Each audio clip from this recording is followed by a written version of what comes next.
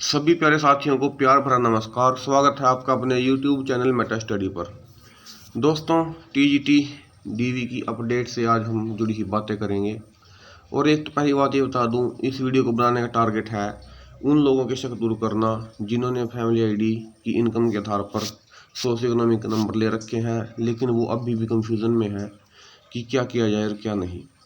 दूसरी बात, कुछ कमेंट्स ऐसे आते हैं कि बार बार एक टॉपिक वीडियो बना रहे हो। फ्रेंड्स, जब तक लोगों के डाउट रहेंगे तब तक वीडियो बनती रहेंगी। अगर आपको कोई भी डाउट नहीं है, अगर आपको 0% डाउट है, तो बेशक आप वीडियो ना देखें। क्योंकि देखिए, सबसे बड़ी बात क्या है कि मैं वीडियो किस आधार पर बनाता हूँ। मैं बनाता हूँ कमेंट्स के आधार पर। जिन चीज़ों की रिक्वायरमेंट होती है, मेरे पास कमेंट्स आते हैं, मैं उसी चीज़ को लेकर डाउट दूर करने की कोशिश करता हूँ। उम्मीद है कि आपका ये वीडियो देखकर डाउट दूर हो जाएगा। वैसे मैंने इनकम को लेकर पहले भी एक वीडियो बनाया था, लेकिन फिर भी कुछ सवाल रह जाते हैं। अब जो TGT की भर्ती चल रही है, इसकी सबसे बड़ी खास बात क्या है कि लोगों के जो डाउट हैं वो अलग अलग है। एक ही चीज़ को लेकर एक व्यक्ति का डाउट कुछ और है, दूसरे का कुछ और है, क्योंकि केसेस भी सबके अलग अलग हैं।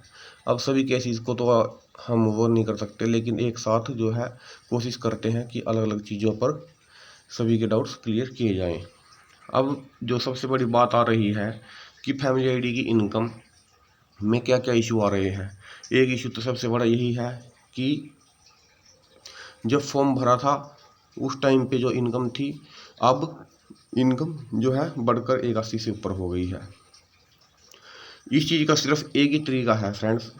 अगर आपने, मैं ये बात पहले भी कह चुका हूँ, अगर आपने फॉर्म भरते वक्त अपनी फैमिली आईडी जिसकी इनकम 81 से कम थी और उसमें वो इनकम वेरीफाइड इनकम थी, अगर आपने उस डॉक्यूमेंट को अपलोड किया था फॉर्म भरते वक्त, वही फॉर्म आपके पास अगर अब है, तो आपको वही सेम टू सेम डॉक्यूमेंट पेश करना होगा प्रूफ करने के लिए कि आपकी इनकम 81 से कम थी जब आपने अप्लाई किया। ठीक है। अगर आप इस चीज़ को प्रूफ नहीं कर पाते हो, आपने एक डॉक्यूमेंट जो अपलोड किया था वो अब आपके पास नहीं है, लेकिन उसका अपडेटेड वर्जन है और उस अपडेटेड वर्जन में इनकम 81 से ज़्यादा है। अब 81 से इनकम ज़्यादा है तो यानी कि अब आप अपने क्लेम को प्रूफ नहीं कर पाओगे, चाहे आप कोर्ट में चले जाएं, चाहे HSSC चले जाएं। सिंपल सी बात ये है, कहने का मतलब ये है कि आपको जो है डॉक्यूमेंट चाहिए अपनी इनकम को प्रूफ करने के लिए। इनकम हो चाहे कुछ भी क्लेम हो, हर एक चीज़ के लिए आपको डॉक्यूमेंट चाहिए। ठीक है, बिना डॉक्यूमेंट के आप अपने क्लेम को प्रूफ नहीं कर पाओगे। अब उससे बात आगे क्या आती है, कई लोग कह रहे हैं कि ये तो जो है अदर सोर्सेज की इनकम को भी कैलकुलेट कर लेंगे, ये तो ट्रांजैक्शन चेक कर लेंगे। देखिए, वहाँ पर बात उस टाइम जाती है जब आप क्लेम कर रहे हो लेकिन आप प्रूफ नहीं कर पा रहे हो। आपने कहा था फॉर्म भरने से पहले या फॉर्म भरते वक्त कि मैं सोशियो इकोनॉमी के 5 नंबर ले रहा हूँ क्योंकि मेरी इनकम 81 से कम है, लेकिन अब उसके सपोर्ट में आपके पास कोई डॉक्यूमेंट नहीं है, कोई प्रूफ नहीं है। तो फिर क्या होगा? फिर HSSC कहेगा कि आप अदर सोर्सेज दिखाइए जहां से हम वेरीफाई कर सकें कि आपकी इनकम 81 से कम है। अब अदर सोर्सेज में चाहे उसको बिजली का बिल मान लीजिए, चाहे आप ट्रांजैक्शन मान लीजिए। वैसे ट्रांजैक्शन को मैं नहीं मानता कि वो इनकम वेरीफाई करने का सोर्स हो सकता है। अब ट्रांजैक्शन किसको बोलते हैं? मान लीजिए आपका सेविंग्स अकाउंट है, आपने 10 लाख रुपये का लोन ले लिया उसमें, तो क्या वो आपकी इनकम है? वो तो लोन है। अब उस 10 लाख के लोन में से आपने ऑनलाइन ही 1 लाख रुपए किसी व्यक्ति को दे दिए जिसको आपको देने थे। एक को 50,000 देने थे, एक को 2.5 लाख देने थे। तो ट्रांजैक्शन तो आपकी 20 लाख रुपए की हो जाएगी 1 महीने के अंदर ही। तो क्या वो आपकी इनकम है? वो इनकम थोड़ी ही है। वो तो आपने लोन लिया और किसी और के पैसे चुका दिए, तो उसको तो हम इनकम नहीं मान सकते। हाँ, इनकम इतना ज़रूर हो सकता है कि आप कहीं पे जॉब कर रहे हैं, आपको अकाउंट में सैलरी मिल रही है पर्टिकुलर डेट को, और उसकी जो है 6 महीने की, साल की ट्रांजैक्शन जो है या स्टेटमेंट ये मंगवा लें, तो वो हो सकता है। लेकिन वो चीज़ भी उस टाइम होगी, क्योंकि देखिए सबसे बड़ी बात क्या है, इन्होंने एडवर्टीजमेंट में ही साफ साफ लिखा है कि कट ऑफ डेट, यानी कि जो 15 मार्च की जो अप्लाई डेट थी, उस कंडीशन पे आप क्या थे। क्योंकि आप देखेंगे, यूँ तो अब कुछ दिन पहले ही, 10 दिन पहले ही IAS का रिजल्ट भी आया था।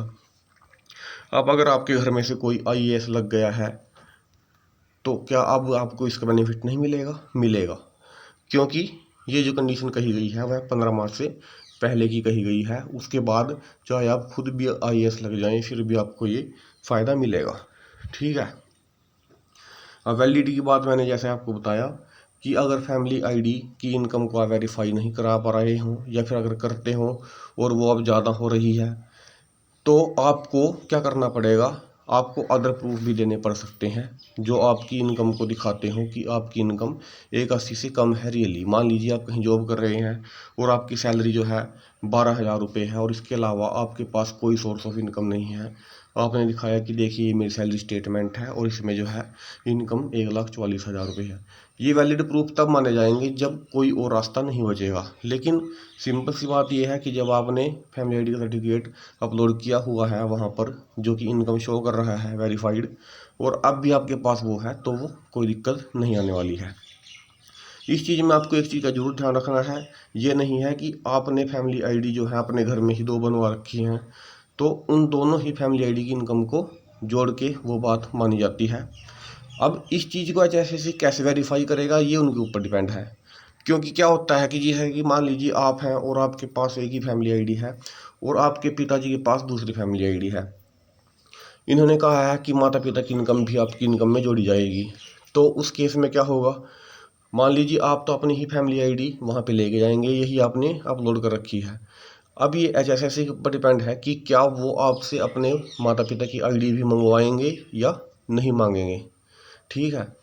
लेकिन पूरे पूरे चांसेस हैं, क्योंकि अगर आप हम उनके सामने अपनी फैमिली आईडी रखेंगे तो उसमें आपका नाम आ गया, आपकी वाइफ का नाम आ गया, बेटा या बेटी का नाम आ गया, तो वो कहेंगे आपके माता पिता जी क्या करते हैं, उनकी भी फैमिली आईडी शो कीजिए। अभी वैसे इस चीज़ के बारे में कुछ भी कन्फर्म नहीं है, तो ये देखा जाएगा कि DV टाइम पे क्या कर सकते हैं ये लोग।